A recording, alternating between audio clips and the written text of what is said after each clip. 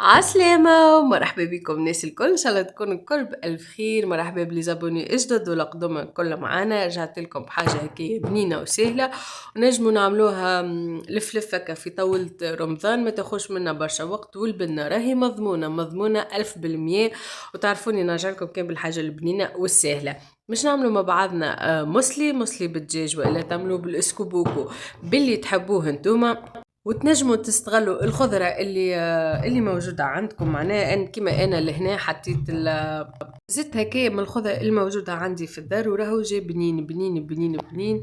والحاجة الباهية اللي أنا المصلي يعجبني هكايا بالطريقة هذه. ثم برشا طرق هما وكل واحد وطريقته بالحق، لكن الطريقة هذه الأصلية والبنينة واللي تجي هكا المصلي يجي فيه الركروك واقف على زيته. نودكم به ولا نشاهيكم. مش نطول عليكم برشا، واللي اول مره يزورنا في القناه ما ينساش يفعل الجرس باش يوصلوا كل جديد. ويلا ندخلوا مع بعضنا للكوجينه.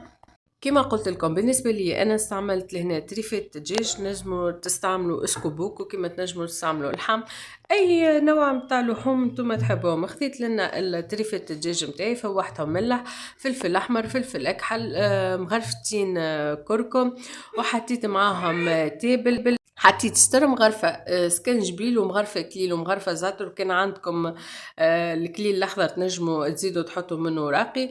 ولهنا راهو كيلت الكل بمغرفة القهوة، معناها ماهيش الكبيرة، مغرفة القهوة العادية متاعنا.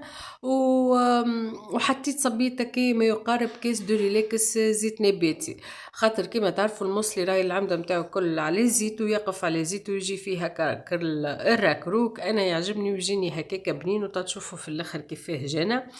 قصيت لهنا زيد خديت زوز ريوس بصل كبار، قصيتهم هكايا دوائر، وحطيتهم هما في القاعدة من اللوطة في الطبق متاعكم، والا المول اللي مش تطيبوا فيهم. تفرشوهم اللوطة، ومن بعديك تحطوا التريفات الدجاج متاعكم. كملت حضرت لهنا بقيت الخضرة متاعي. قصيت طماطم كي تقصوها قصوها رونديلات تكون كبار، ما تقصوهاش معناها صغار، باش تقعد ديما شادة روحها هكايا. وهي راهي اللي مش تعمل لنا كالتختوخ وتسيب ماها، معناها حتى كي تحطوا ماء ما تكثروش برشا ماء، بتبعتوا البصل اللي يسيب الماء متاعو، والطماطم كيف. وكملت زيدا حطيت لهنا البطاطا متاعي، قصيتها هكايا معناها دوائر بالطول هكايا مشرفة، زادة تعطي ياسر منظر سمح هكايا في المصلي متاعنا. ومن بعديك بتباع الركروك اللي قعد من الفاح متاع الدجاج متاعي، مش نزيدو شوية ماء، ومش ندخلو للفور. كما شفتوا لهنا البطاطا راني ما قصيتهاش خشينه، قصيتها هكايا متوسطه، معناها الخشنه متاعها الكل، خاطر الدجاج معناها ما ياخذش برشا وقت، وحتى كيف باقي المكونات الاخرين. ولهنا حبيت نزيد شويه هكايا سناريا، غسلتها وقصيتها على اثنين. الحق معناها قلت باش نوكلها اللمار. نحب ديما تاكل الحاجات هكايا فيهم منفعه، مش بالضروره راهو تزيدوها، معناها انا خاطر حبيت نزيد هكايا، فانتم كان حبيتوا علاش لا، وراهي ياسر بنينه.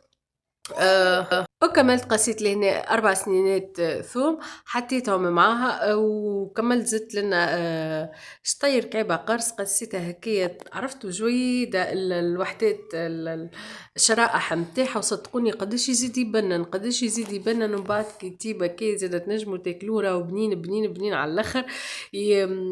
يبنن معناها الدجاج متاعنا.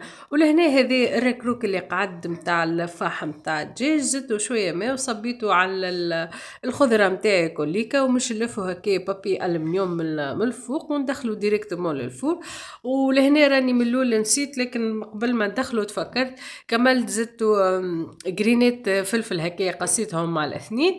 والا تنجموا تطيبوهم بعد كي تحسوا هكايا بدات الخضره نتاعو طيب، تقصوا الجرينات الفلفل. لما انا نهارتها عامله جروميناج، دونك حطيت كل شيء في معناها مع بعضه، وغطيته وحطيته ديريكتومون في الفور.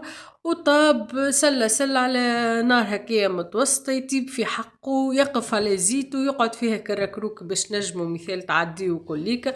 وصدقوني راهو قد ما نقولكم بينا، انا هكا المصلي يعجبني. ثم عباد كل واحد وطريقته كما قلت لكم راهو، لكن الطريقة هذه بنينة وطايبة في حقه كل حاجة. نودكم بها ولا نشاهيك. وبهكي يكون طاب المسلم تاعنا في حقه كيما تشوفوا قعد فيه كروك وجا راهو طايب هكي هيبي زبدة بنين بنين بنين. معناها طايب الخضرة بالقدام يشد روحها، راهي ماهيش معناها مفترشة ولا حاجة كيما تشوفوا فيه هوكا المسلي قدامكم. من بعد نزيدو هكي رشة معدنوس وبصل مقصوصين. صدقوني البنة اللي ذوقوها غير بعديك ارجعوا لي يقولوا لي اسكو عجبكم ولا، خاطر انا متاكده اللي هو باش يعجبكم. ولهنا ما بقى لي كنقول لكم اللي اول مره يزورنا في القناه ما ينساش يفعل الجرس. نحبكم برشا وبسلام.